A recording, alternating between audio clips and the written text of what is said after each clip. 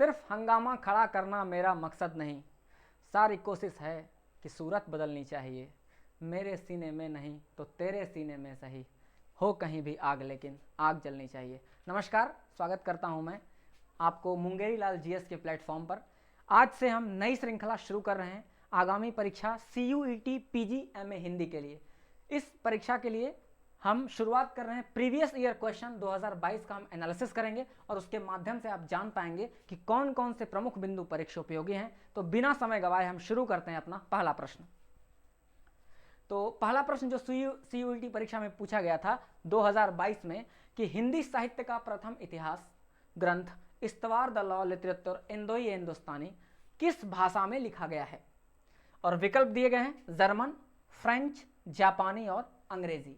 आप देख पा रहे होंगे कि मैंने ये एक सेक्शन बनाया है स्पेशली आप लोगों के लिए कि यहाँ पर मैंने लिखा है कि ये प्रश्न जो है किस टॉपिक से पूछा गया है और उस टॉपिक का अध्ययन आप कहाँ से करेंगे, यानी सोर्स के बारे में भी मैंने बताया है ताकि आप आसानी से तैयारी कर सकें। तो ये जो टॉपिक है, ये जो थीम है वो है हिंदी साहित्य इतिहास लेखन की परंपरा, और पुस्तक का नाम क्या है, सरस्वती पांडे, गोविंद पांडे। और मुझे पूरा विश्वास है कि आप इस पुस्तक का बार बार पुनरावृत्ति आप इस पुस्तक की कर रहे होंगे। तो चलते हैं इस प्रश्न के व्याख्यान की ओर और देखते हैं कि आगामी परीक्षाओं में इस टॉपिक से क्या क्या पूछा जा सकता है। तो पहला जो बिंदु है आप देख पा रहे होंगे, हिंदी साहित्य का प्रथम इतिहास ग्रंथ गारशा दत्तासी, और इनकी पुस्तक का नाम क्या है, इस्तवार द लॉ लिटरेचर इंदोई ए हिंदुस्तानी। जी हाँ, इस्तवार द लॉ लिटरेचर इंदोई ए हिंदुस्तानी।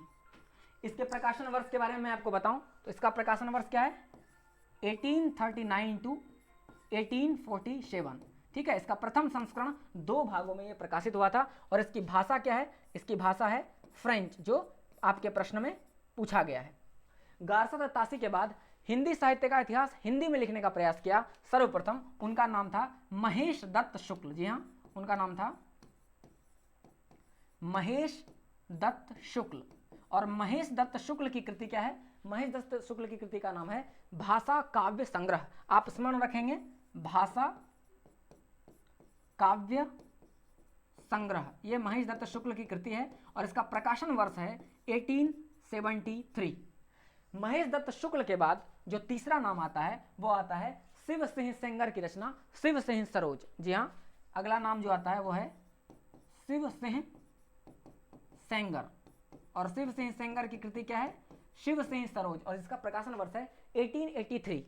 शिव सिंह सरोज, ये सभी बिंदु आपके परीक्षा के लिए बहुत महत्वपूर्ण हैं। शिव सिंह सरोज 1883। प्रकाशन वर्ष आप सबका याद रखेंगे क्योंकि साहित्य इतिहास लेखन की परंपरा में ये सभी मानक ग्रंथ हैं और बहुत परीक्षोपयोगी महत्वपूर्ण प्रश्न यहाँ से बार बार पूछे जाते हैं। ठीक है, शिव सिंह सेंगर के बाद अगली कृति जो है हिंदी साहित्य के इतिहास लेखन में काल विभाजन का सर्वप्रथम प्रयास जो किया, उनका नाम आता है और उनका नाम है जॉर्ज ग्रियर्सन। ठीक है, तो अगला नाम जो हमारे पास आता है वो है जॉर्ज ग्रियर्सन का। हिंदी साहित्य के काल विभाजन का प्रथम प्रयास इन्होंने किया था और इनकी पुस्तक का नाम क्या था, इनकी पुस्तक का नाम है a modern vernacular literature of Hindustan. A modern vernacular literature of Hindustan, और इसका प्रकाशन वर्ष है 1888। आप ध्यान रखेंगे, इसका प्रकाशन वर्ष है 1888।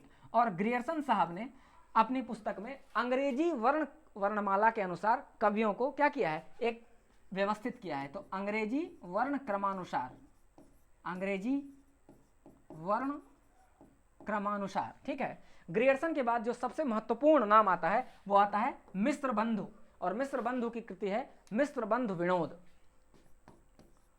मिश्र बंधु, और मिश्र बंधु की कृति क्या है, मिश्र बंधु विनोद। मिश्र बंधुओं का नाम आपको जरूर स्मरण होगा और आप परीक्षा में यह प्रश्न बार बार पूछा जाता है। मिश्र बंधु के प्रश्न आता है कि निम्नलिखित में से कौन मिश्र बंधु नहीं है। तो मिश्र बंधुओं में 3 भाई आते हैं और इसका संक्षिप्त क्या है, GSS। ठीक है, गणेश बिहारी मिश्र, श्याम बिहारी मिश्र और सुखदेव बिहारी मिश्र। तीनों का नाम याद रखेंगे, गणेश बिहारी मिश्र, श्याम बिहारी मिश्र और सुखदेव बिहारी मिश्र। ठीक है, स्मरण रहेगा आपको। और इसका जो प्रकाशन वर्ष है 1913, और 1913 में इसका प्रथम 3 संस्करण आया और इसका चौथा संस्करण जो आया वो 1934 में आया। 4th एडिशन जो आया इसका चौथा भाग वो 1934 में आया, और पहला 3 भाग जो आया इसका 1913 में आया। और इसके बाद की कृति जो सबसे महत्वपूर्ण है हिंदी साहित्य के लिए, उसमें आते हैं आचार्य रामचंद्र शुक्ल। जी हाँ, आचार्य रामचंद्र शुक्ल की कृति आप सभी परिचित होंगे, और साहित्य, हिंदी साहित्य के इतिहास की पुस्तक भी आपने पढ़ी होगी, मुझे जहाँ तक लग रहा है आप सभी। तो उसके बाद आते हैं आचार्य शुक्ल।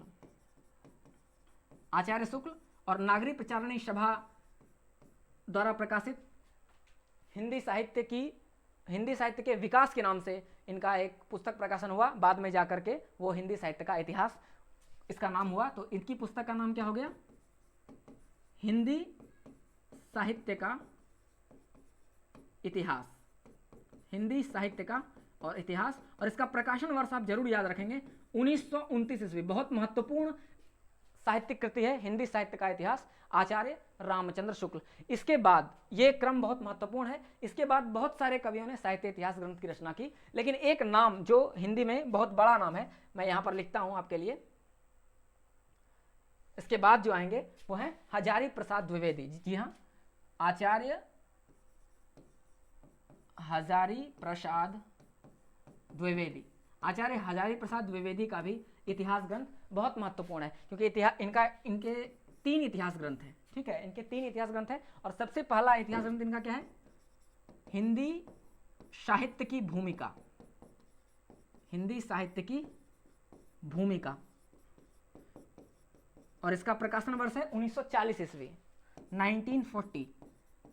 और अन्य जो इनकी 2 कृतियां हैं, हिंदी साहित्य का उद्भव और विकास और हिंदी साहित्य का आदिकाल, जिसका प्रकाशन वर्ष क्या है? 1952 ईस्वी। आप इसका भी प्रकाशन वर्ष याद रखेंगे, आचार्य हजारी प्रसाद द्विवेदी का। ठीक है, इनकी जो अन्य 2 रचना हैं, हिंदी साहित्य का उद्भव एवं विकास, और एक और रचना क्या चाहिए? हिंदी साहित्य का आदिकाल। हिंदी साहित्य का आदिकाल, और इन दोनों का प्रकाशन वर्ष क्या है? 1952, 1952 ईस्वी। तो मैंने आपके सामने हिंदी साहित्य के सभी महत्वपूर्ण इतिहास ग्रंथों की चर्चा की। इसमें से 2 और जो इतिहास ग्रंथ है जो अंग्रेजी में लिखे गए हैं, उसका नाम मैं लिख रहा हूं, वो भी बहुत महत्वपूर्ण है आपके लिए। एक स्केच ऑफ हिंदी लिटरेचर, तो इसमें कीवर्ड क्या है? Sketch. Sketch of Hindi literature, पूरा नाम आप मैं बोल दे रहा हूं, स्केच ऑफ हिंदी लिटरेचर, और इसके लेखक हैं एडविन ग्रीव्स। जी हाँ, एडविन ग्रीव्स। और अगला है a history of Hindi literature, और उसके लेखक कौन है? उसके लेखक हैं FIK। मैं पूरा लिख दे रहा हूं, अ हिस्ट्री ऑफ, इसमें कीवर्ड क्या हो गया?